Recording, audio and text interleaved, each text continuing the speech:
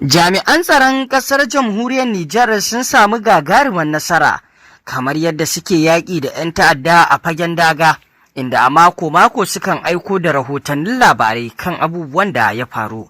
Inda a cikin wannan rahoto za ku ji gwabzawar da waɗannan dakarun sojoji na ƙasar Nijar suka yi, inda suka samu nasarar kashe da yawa daga cikin 'yan ta'adda tare da karɓe wasu makamai daga hannun 'yan ta'addan.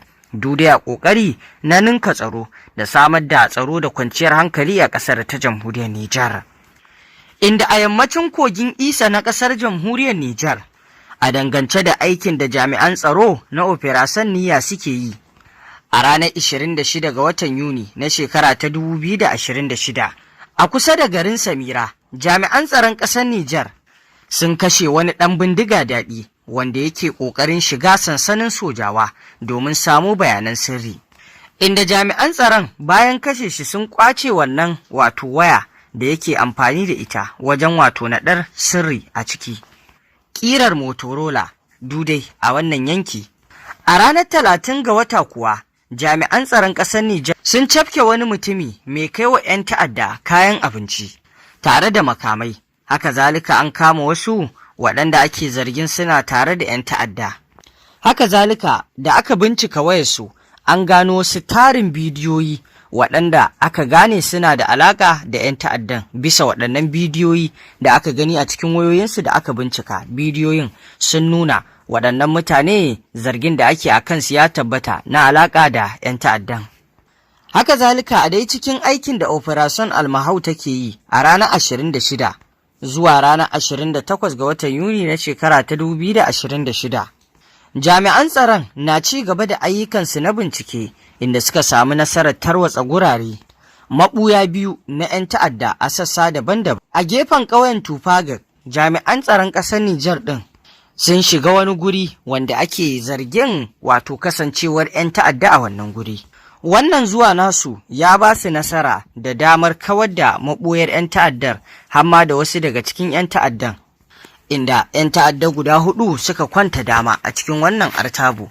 Haka zalika an ƙwace wayoyin hannunsu da suke amfani da su. Haka zalika da wani garken shanu da ke gurinsu, inda su ma an ƙwato su, wanda ake kyautata zaton sun ƙwato su ne a hannun al'umma. Bayan haka, daren 15 zuwa daren 16 ga watan Yuni na shekara ta 2026, a sakamakon sintiri da jami'an tsaro suka kai a yankin Ayero, sun sa hannu akan motoci masu yawa, wanda a nan ne aka cafke kayayyakin abinci wanda wasu motoci suke ɗauke da shi wanda za a kai wa 'yan ta'adda. Kamar yadda muka sani, waɗannan 'yan ta'adda suna cikin daji a laɓe, ba sa iya fitowa, amma akwai wasu ɓata gari da ke amfani da wannan dama suna kai masu kayayyakin abinci, ana biyan su da kuɗaɗe masu yawa, su kuma suna kai masu wannan kayayyaki. Kaga kenan da waɗanda suke taimaka masu ta fuskokin kai masu kayan abinci, man fetiri da kuma abin da ya danganci harsasai ko kuma bindigu, duk tafiyarsu ɗaya. Duk wanda zai taimaka a yi ta'addanci to fa shi ma ɗan ta'addan ne.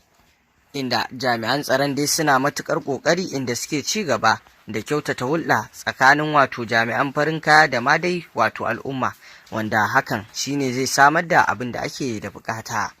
Inda a cikin ƙoƙarin da suke yi da kuma wayar da kai sojojin, an yi amfani da wannan dama wajen yin allurar rigakafi ga 'ya'ya waɗanda suke a yankuna daban-daban, wanda wannan ya wakana ne a yankin Tera.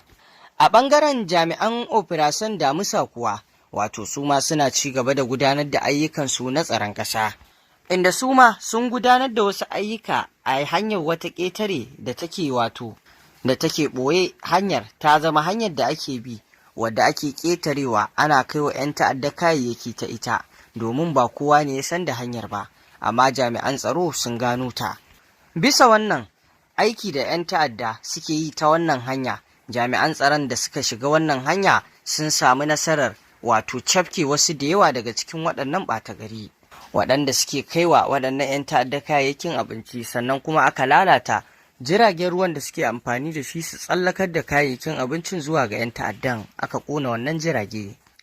Bayan haka, a ranar 29 ga watan Yuni na shekara ta 2026, a yankin Bumba, wata tawaga ta jami'an tsaro ta kama wata mota ƙirar Hilux wadda take cike da kayayyakin abinci wanda su ma za a kai su ne zuwa ga 'yan ta'adda a cikin daji a ɓoye. A binciken motar da aka yi a ciki, jami'an tsaro sun kama wato buhunan taki a cikin motar guda 22 na kilo 50, wanda wannan taki ana amfani da shi ne wajen haɗa nakiyoyi, ma'ana ababen fashewa, wanda kaga kenan idan an kai masu ba noma za su yi da shi ba, za su yi amfani da shi ne wajen haɗa kayayyakin laifin da zai bayi zuwa su haɗa nakiya da za su ringa jefawa suna tashin gurare. Haka zalika a cikin dai motar an kama kaze na kayayyakin shaye-shaye na maye a cikin motar. Kamar yadda kuka sani, 'yan ta'adda suna amfani da shan kayayyakin fitar da hankali domin su samu damar aiwatar da ayyukan da suke aiwatarwa na rashin imani akan al'umma. Duka an kwace kayayyakin, haka zalika mutane 3 da ke cikin motar duka an kama su. Haka zalika a dangane da aikin da jami'an tsaron operation shara suke yi suma. A ranar 26 a daidai karfe 2 na rana, jami'an tsaron sun kai wani sumame a wata kasuwa da aka gano 'yan ta'adda na cin karensu babu babbaka a cikin kasuwar suna shigarta, inda suke shiga cikin wannan kasuwa. Jami'an tsaron kuma bisa wannan sintiri da suka an samu kama mutane da yawa a cikin kasuwar waɗanda wato suke da wannan ayyuka na ta'addanci, inda aka kama su da tarin kuɗaɗe da yawa da kuma wayoyinsu. Haka zalika bayan kwana 3 da wannan operation da wato jami'an tsaron suka yi a kewayen Tebaram, sintirin da ya sanya 'yan ta'adda suka gudu suka bar kayayyakinsu tare da bindigarsu waɗanda suke amfani da su wajen aikata wato ta'addanci, wato samfurin AK karanse da sharjar ɗinta guda 6 da kuma harsasai da moto wanda suke amfani da shi wajen hawa su je su kai hari inda suke kaiwa, da kartusai wajen guda 300, haka zalika da bido-bido na isansi. Inda kuma idan muka je zuwa ga Cintabaradin, shi ma jami'an tsaron sun yi wani sintiri inda aka kama mutane guda 2 masu safarar makamai a cikin motar ƙira Hilux wadda aka kama su a cikinta. An samu bindiga a cikinta ƙirar PKM wadda wato take ɗauke da harsasai. To wannan dai masu saurare a takaice abin da muka samu kawo muku kenan bisa wannan kokari da ayyuka da sojojin ƙasar Nijar ke yi domin tabbatar da tsaro da kwanciyar hankali a ƙasar ta jamhuriyar Nijar. Kamar yadda burin wannan gwamnati ta CNSP shine samar da tsaro da kwanciyar hankali da kuma ci gaban al'umma domin a samu gobe mai kyau, da kuma wannan sabiyar tafiya da aka ɗauko wato domin a samar da sabuwar tafiya ta ƙasa da kuma sabon 'yanci. Dure ƙarƙashin jagorancin Janar Darme Abdurrahman Chani. Sai mu ce Allah ya saka wa dukkan waɗannan jami'an tsaro da alkhairi, Allah kuma ya ci gaba da kare waɗannan jami'an tsaro bisa ƙoƙari da suke yi, ya kuma ƙara dafa wa wannan gwamnati ta CNSP wajen tabbatuwar abin da ta ɗauko wanda take so ta cimma shi na alkhairi. Allah kuma Ubangiji ya ƙara kawo mana ci gaba a dukkan ƙasashenmu na musulunci, abubuwan da suke na ba daɗi Allah ya tsare.